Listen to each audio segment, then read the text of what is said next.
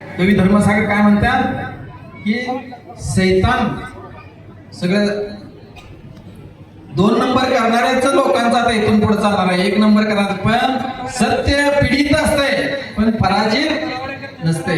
तर सैतान बजाते बासरिया नाचे दुनिया में तख्ते चुनरिया. सैतान घूमते हैं जन में रघुपति को भेज दिया बन में. पीछे दैव है परोपरिया नाचे दुनिया में तख्ते चुनरिया. सैतान बजाते बासरिया नाचे दुनिया में तख्ते चुनरिया. सीता सती बैठी जंगल में, सीता सती बैठी जंगल में, नमोकार मंत्र मंगल में. सती अंजना सुंदरी गिरी कंधरिया नाचे दुनिया में तख्ते चुनरिया. सैतान बजाते बासरिया नाचे दुनिया में तख्ते चुनरिया. पांडव अग्नि से खत्म, पांडव अग्नि से खत्म, नहीं जाता अनुभव आत्म. गए मोक्ष में तादात्म अंतरिया नाचे दुनिया में तख्ते चुनरिया. सैतान बजाते बासरिया. पांडवांची तुम्हाला कथा माहिती आहे. पांडवांनी सगळं महाभारत जिंकलं आणि त्यांना राज्य करायला लागल्यावर ना असं परिस्थिती झालं की सगळीकडे त्यांना त्या युद्धातलं प्रसंग आठवायला लागलं. किती मुलं अनाथ झाली, किती महिला विधवा झाल्या, किती हे सगळं दुःख त्यांना सहविना. आणि ते पांडव श्रीकृष्णाकडे गेले आणि म्हणले आम्हाला इथं काय शांती भेटणार. तुम्ही म्हणला होता युद्ध जिंकल्यावर तुम्हाला स्वर्ग सुख मिळेल, हे मिळेल, आणि शांती कुठं मिळेल. तर श्रीकृष्ण म्हणले तुम्हाला शांती जर पाहिजे असली तर संन्यास घ्यायला पाहिजे. आणि मग तिने आपल्या नातेवाईकांच्याकडे राज्य सोपवून पांडवांनी संन्यास घेतला आणि शत्रूंच्या पर्वतावर संन्यास मुनी दीक्षा घेऊन तपश्चर्या करायला गेलेले आहेत. पांडवांना कौरवांचा भाचा जिवंत होता, त्याने काय केलं, आभूषण, लोखंडाचं आभूषण, सोन्याचं हे लोखंड अग्नीमध्ये टाकून ते पांडवांच्या गळ्यामध्ये ह्याच्यामध्ये बाजूबंदा सगळं ते लोखंड घातलं. तर त्यावेळेला ते सामायिकच्या ह्याच्यात बसलेले तिने काय म्हटलंय की आपल्यावर उपसर्ग चालू आहे. आणि तिने काय हे केलं की तिने ध्यानाला लागले आणि त्याच वेळेला त्यांचं शरीर जगायला लागलं. आत्मा जळत नाही, आत्मा मरत नाही, आत्मा तुटत नाही. तिने ते सगळं सहन केलं आणि 3 पांडव तिथं शत्रूंच्या पर्वतावर मोक्षाला गेल्या. युधिष्ठिर, भीम आणि अर्जुन. आणि 2 त्यांचे भाऊ जे होते ते नकुल आणि सहदेव, तिने असे विचार केले हे आमचे बंधू राजपुत्र, हे किती कोमल यांचं शरीर, ह्यांना कसं उपसर्ग झालेला आहे आपल्यावर आणि ह्यांना कसं समजलं. आम्ही सामायिकची वेळ हे केले, सामायिकची वेळ उपयोग आम्ही हलणार नाही. आम्ही जर सामायिक मध्ये नसलो तर त्यांना त्यातनं उपसर्गातनं दूर केलं असतं. ते कसं सहन करत असतील असं तिने एवढं हिने पण सहन करायला. पण तिने त्यांचं त्याला मोह केल्यामुळं त्यांना मोक्ष मिळाला नाही त्या दोघांना. पण तिने सहन केल्यामुळं स्वर्गाला गेले. सहन करणाऱ्याला स्वर्ग मिळतोय काय. तर आपण पण सहन केलं पाहिजे. पुढे कवी धर्मसागर काय म्हणतात की कवी सब जन में घूमते हैं, कवि सब जन में घूमते हैं, सब साधक रंगते हैं.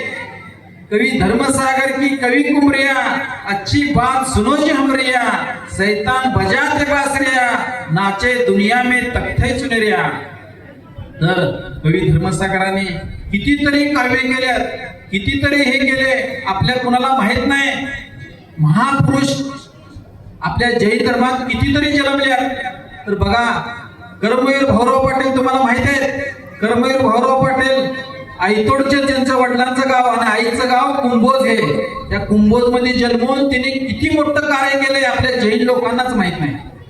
सर्व बौद्ध समाजांच्या घरामध्ये त्यांचे फोटो आहेत, मातंग समाजाच्या घरामध्ये फोटो आहेत, सर्व हरिजन समाजाच्या घरामध्ये फोटो आहेत, सर्व लोकांचे फोटो आहेत. पण जैनांच्या घरात कर्मवीरांचे फोटो कुठं बघायला मिळत नाही.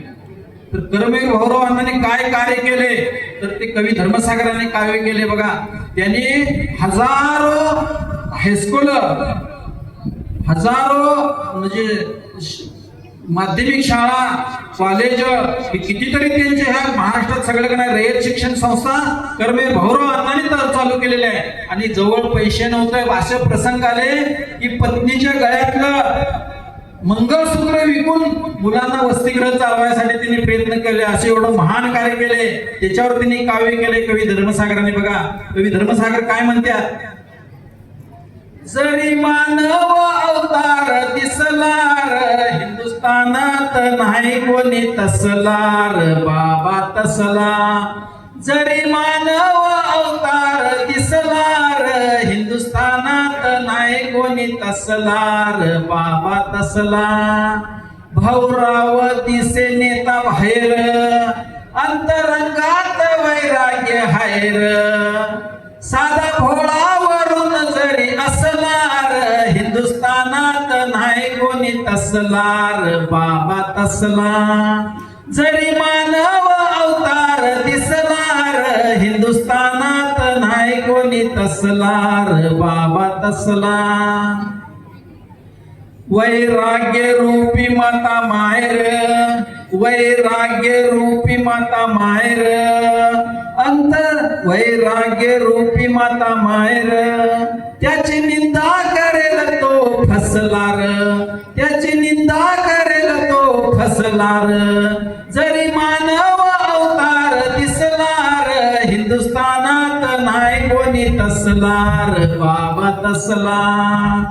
अहिंसा शांती संयमर अहिंसा शांती संयमर राहत से अंतरी कायमर राहत से अंतरी कायमर. सवळ्या मोवळ्यात तो जरी नसलार हिंदुस्थानात नाही कोणी तसलार बाबा तसला. जरी मानव अवतार दिसलार हिंदुस्थानात नाही कोणी तसलार बाबा तसला. कर्मवीर हे महात्मा गांधी एकदा साताऱ्याला आले होते देश स्वतंत्र झाल्यानंतर. आणि त्यांना समजलं रयत शिक्षण संस्था वसतिगृहामध्ये कर्मवीर अण्णांचे फार सुंदर प्रयोग चालू आहेत. आणि ते प्रयोग बघायसाठी आले. महात्मा गांधींना जे साबरमती आश्रमात जमलं नाही ते कर्मवीर भाऊरावांनी सातारच्या रयत शिक्षण संस्थेमध्ये करून दाखवलं. तर ते कुठलं काय हे तर भैया चालेल मी एकच मिनिटात संपणार आहे.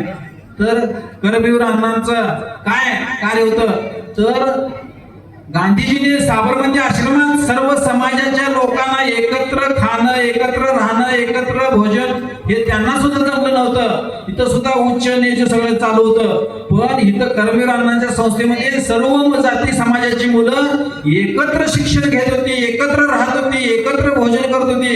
हे बघून गांधीजी काय म्हणले रयत शिक्षणाचा भाऊराव अण्णांना भेटून, आम्ही घेतलं आमचे राजर तुम्ही लावली कल्याणाची ध्वजार. आम्ही घेतलं आमचे राजर तुम्ही लावली कल्याणाची ध्वजार. झेंडा जनतेच्या मनावर ठसलार हिंदुस्थानात नाही कोणी तसलार बाबा तसला. जरी मानव अवतार दिसलार हिंदुस्थानात नाही कोणी तसलार बाबा तसला.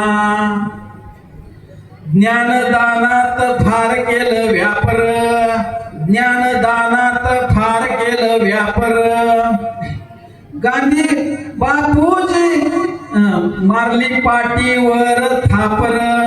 ज्ञानदानात केलं फार व्यापार पाठीवर मारली थापर. गांधी बापूजी खद खद हसलार हिंदुस्थानात नाही कोणी तसलार बाबा तसला. जरी मानव अवतार दिसलार हिंदुस्थानात नाही कोणी तसलार बाबा तसला. शांतीसागर महाराज एकदा कोल्हापूरच्या मंदिरामध्ये होते आणि त्यावेळेला कर्मवीर भाऊराव पाटील कोल्हापुरात असताना त्यांना समजलं शांतीसागर महाराज आहेत. तर ते पहाटे 3 वाजता शांतीसागर महाराजांच्या गुंफेचे दार वाजवलं आणि शांतीसागरांनी तिथे रुद्राप्पा हे रुद्रापाचं ब्रह्मचारी होता, त्यांना सांगितलं दार उघडा, कोण आले. मग दार उघडलं तर कर्मवीर अण्णा, भाऊराव एवढ्या रात्री काय मानते, शांतीसागर विचारलं तर म्हणले तुमचे सगळे भक्त लोक आम्हाला शिवून घेत नाहीत आणि येऊन देत नाहीत दिवसा तुमच्याकडं. मग शांतीसागर महाराज म्हणले आमचे भक्त लोक अजून अज्ञान आहेत आणि त्यांना माहित नाही, पण तुमचं कार्य आहे हे फार मोठं कार्य आहे. आम्ही कपडे काढून जे कार्य करू शकलो नाही ते तुम्ही कपड्यात राहून मोठं कार्य करायला लागलाय. भगवान महावीरांनी 24 तीर्थंकरांनी समोशरणातनं ज्ञानदान देण्याचं काम केलेलं आहे. फक्त मानव जातीचं नव्हतं, सर्व प्राणी मात्रासाठी हा संदेश सगळा तुम्ही आता प्रत्यक्षात तुम्ही राबवायला लागलाय. आणि तुम्ही चिंता करू नका, लोकांना माहित नाही तुम्हाला हे सवळं ओवळं काय आहे, तर सवळं ओवळं खरं काय आहे, ऑपरेशन थिएटर मध्ये जे सवळं असते की निर्जंतुकता हे बघायचं असते.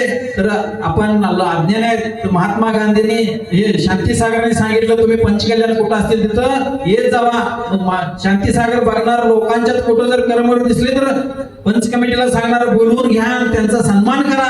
तेव्हापासून कर्मवीरांचं आपल्या लोकांना माहिती व्हायला लागलंय. तर कर्मवीर अण्णांचं बोलण्याबद्दल भरपूर आहे, पण आपली वेळ झालेला आहे. भैयांचं पण आपल्याला हे ऐकायचं आहे. तर मी आपल्याला पुन्हा कधी वेळ मिळाला तर कर्मवीर अण्णांच्या बरोबर एक तासभर आपण पोवाडा गाऊ शकतोय.